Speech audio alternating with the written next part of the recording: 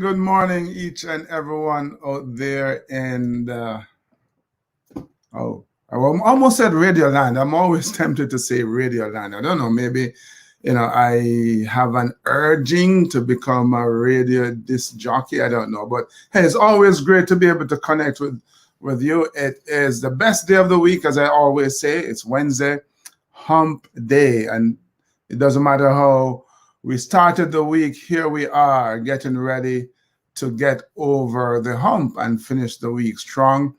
And I know if you're in the US, we've been having some crazy weather across the country. I hope you're staying well. I hope you're keeping safe and warm. And I know in places like Texas, for example, it's been crazy, right? Welcome to winter, man. Welcome to my world. It does get a little cold out there on the bobsled track, but hey, there's nothing that Mother Nature, nothing that life can throw at us that we can't handle. So here we go. But yeah, always excited, always great to be able to hang with you. I'm kind of curious, as I often am. I'm wondering, what do you believe your belief about yourself says about your ability to succeed or fail, for that matter?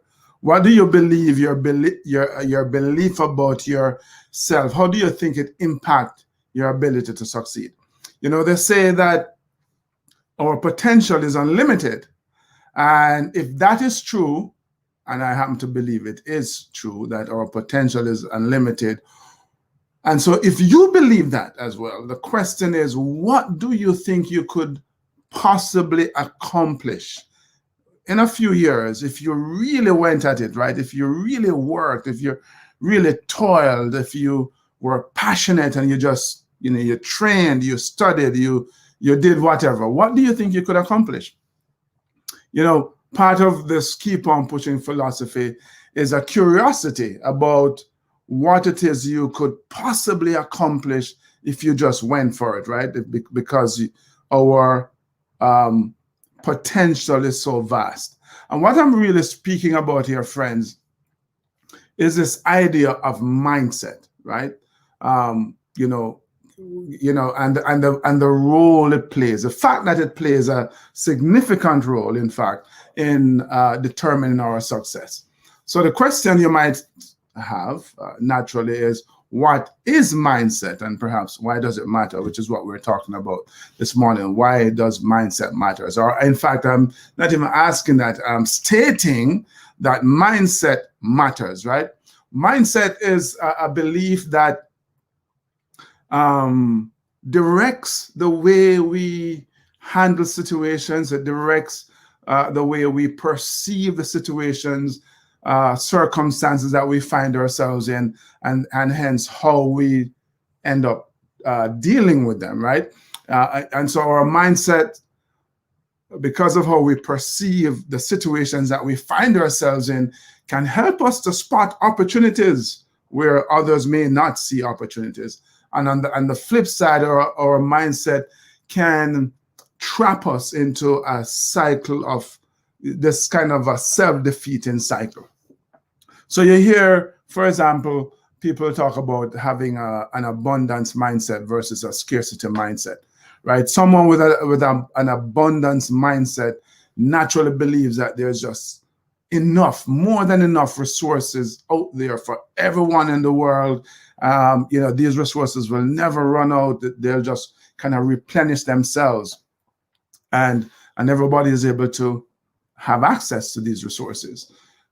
Then there are those who, with a scarcity mindset, will think that they naturally believe that, man, the resources are limited. We don't have enough for everybody, right? Some people are going to benefit and some people are going to lose out. I often think when I hear the term abundance mindset versus scarcity mindset of money, some people believe that there's just enough money out there for everybody, and some believe that no, only a few. I've read many times where they say, hey, if you take all the money in the world and you divide it up equally amongst every single person in the world, sooner or later, the money will end up right back where it is now. Some people have a whole lot and some people have very little. And I think that speaks really to the mindset of people, right? How many times have you heard of someone who won the lottery?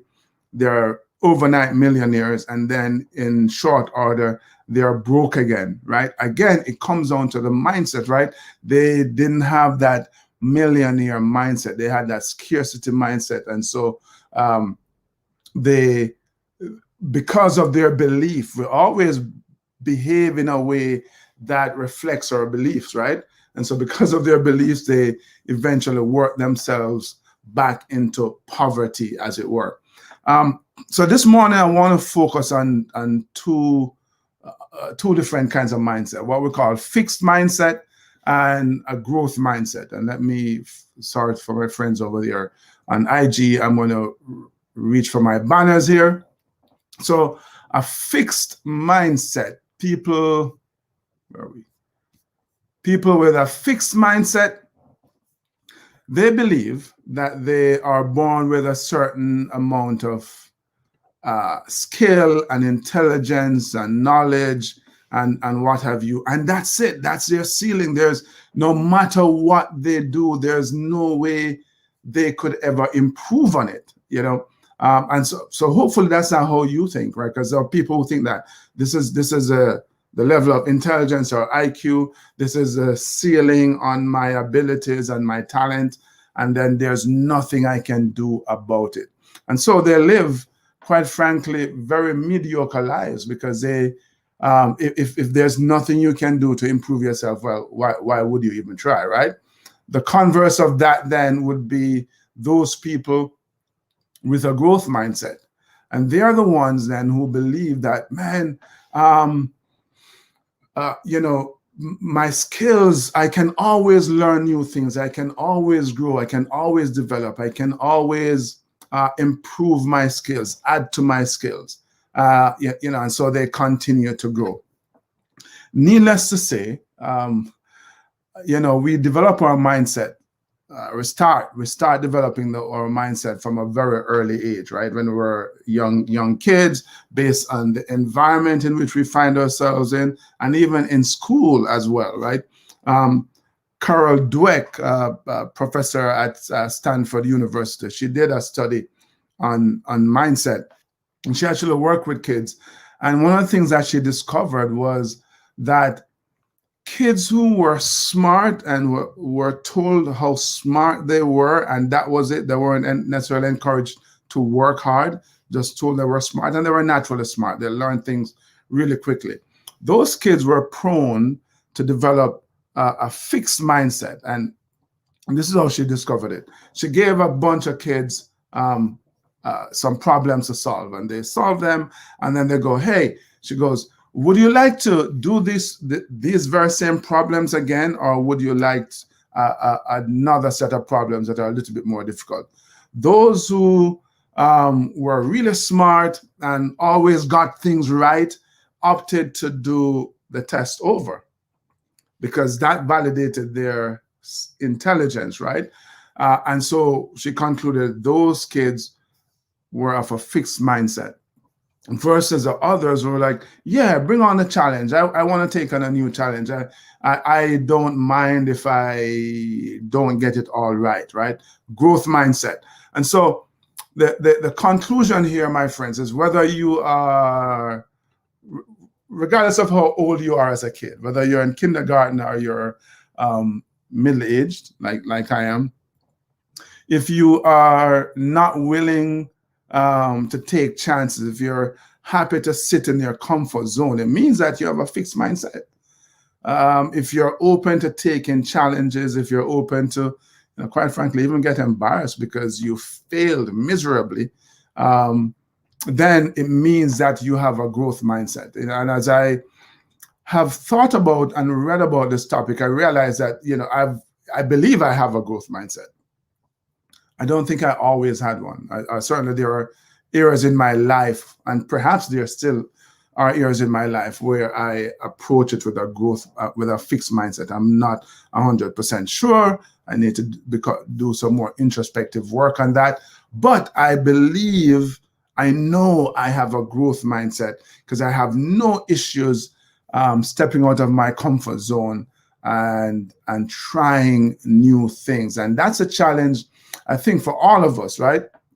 To recognize that, no, you don't, you do have the ability to grow and to become better at what you do. So what I'm trying to say then is that you may find yourself with a fixed mindset, but you can change that. Obviously, the people with a fixed mindset don't believe that, right? They don't believe it. But I'm telling you, man, you can become better at anything, and you can accomplish anything. Now, I kind of want to, I guess, qualify that a minute, because having a growth mindset doesn't mean that you can become anything without reason. And I think I spoke about this last week, right? While I have a growth mindset, and I believe if I put my mind to anything, I can accomplish it, I think it's within reason. Like, and last week, yes, I used the example of becoming an astronaut.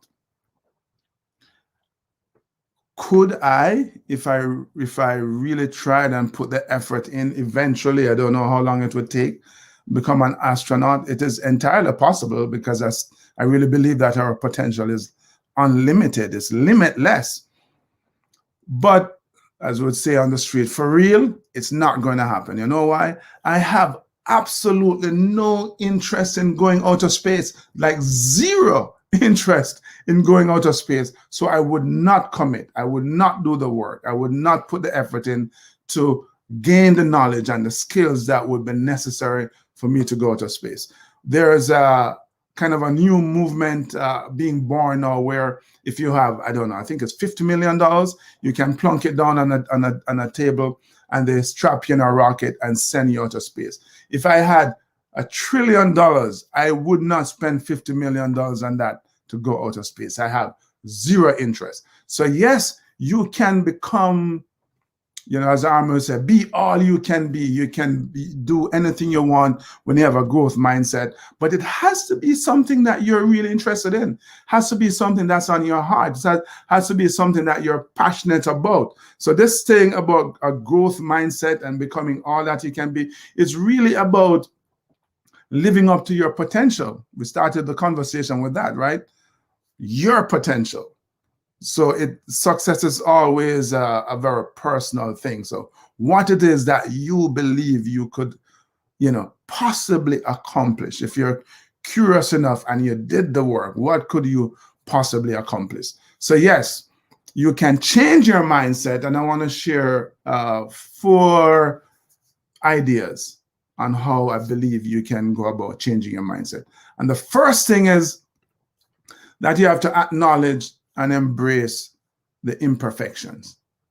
Acknowledge and embrace the imperfections. I think it's clear that none of us are perfect beings, right? As human beings, we are by nature imperfect beings. We have some things that just don't work, right? We have a president of the United States that stutters. Dude is a politician giving speeches for how many years now? Decades he's been in politics, right? If you watch his inauguration, it just kind of dawned on me. The young lady, the poet Amanda, forgive me, I don't remember her last name. Yeah, had a speech impediment as well.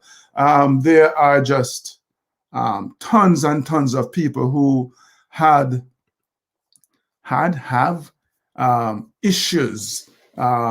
Richard Branson was dyslexic, right? There's just so many examples of people who have all kinds of issues, but yet they found a way to work past them, right? They did not, let me pull up my banner here, see their imperfections as impairment. It was just something to deal with, right? So I don't know what your imperfection might be, or you deem it to be. It's just what it is. And it's not like you can necessarily change yourself. Just embrace yourself, man. The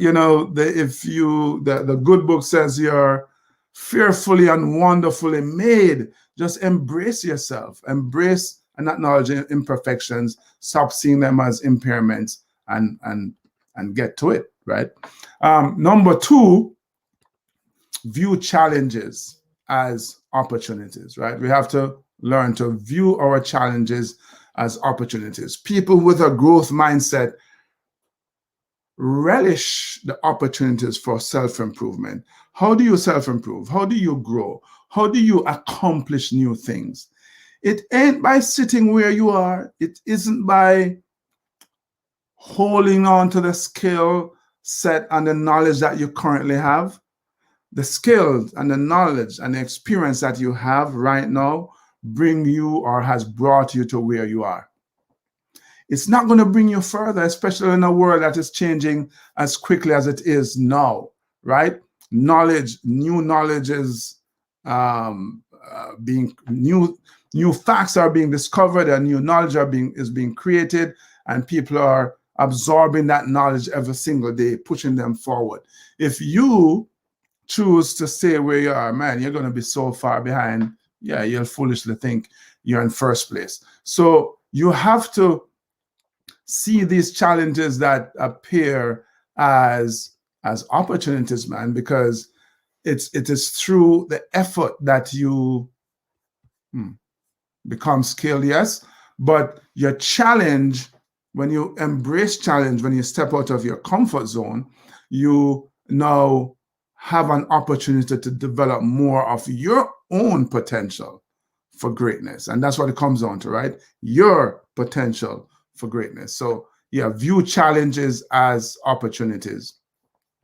Then you have to learn to replace the word failing with learning, right? Stop running away from failure, right? We spoke about those kids in this test with Carol Dweck, who gladly embraced taking on a more difficult challenge, knowing that they may fail along the way, right? There's a lot that all of us can learn from these kids. Every now and again, you're going to fail. I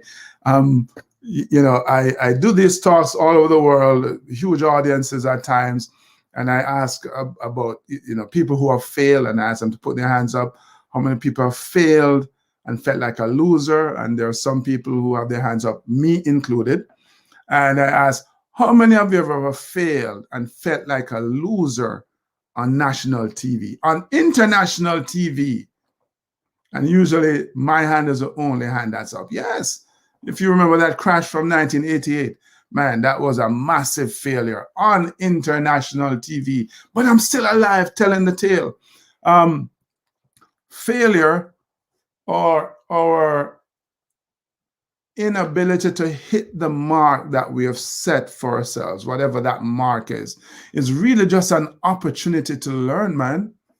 It's not the end of the road. So what do you do when you experience a failure event, which is what it is, right? It's not that you are a failure. You've experienced a failure event. What you do is that you learn, you adapt, and you refine your approach. You go figure out if there are some skills that are missing that you need to develop. Maybe you need help from somebody else or some new teammates that you need to bring onto your team. Whatever it is that you need to do, change your approach, change the strategies and the tactics.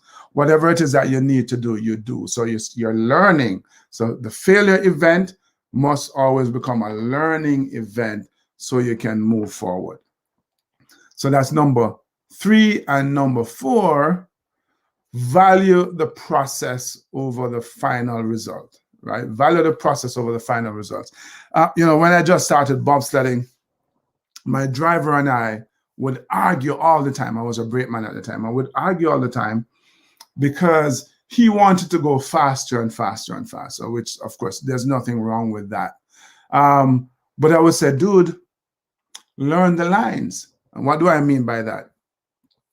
Well, to navigate a corner successfully, for starters, but to navigate the corner really quickly, there are certain lines that you need to take. There are fast lines and there are not so fast lines, to include those that will cause you to end up on your head.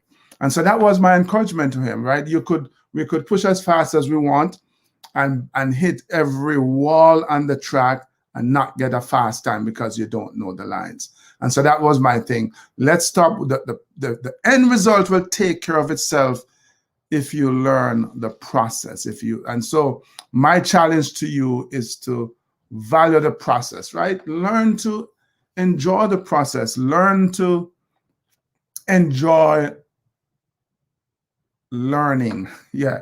Learn to enjoy learning, right? Learn to enjoy the grind, putting in the work, bursting out in sweat and feel. I'm using sports analogies here now.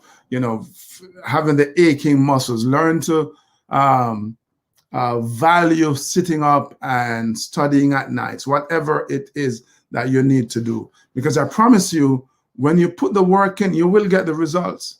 Eventually, yeah, you may fall short every now and again, as we spoke earlier about, learning how to change failure to learning, right? You might fall short, although you put all this work in. Welcome to life. But if you learn how to value the process over the result, you'll always be motivated to keep working, keep improving, and eventually achieve more of your own potential for greatness, which is what it all comes down to in the end, right? It's not what I want for you or what you want for me. What do you want for yourself? What are you going to do for yourself?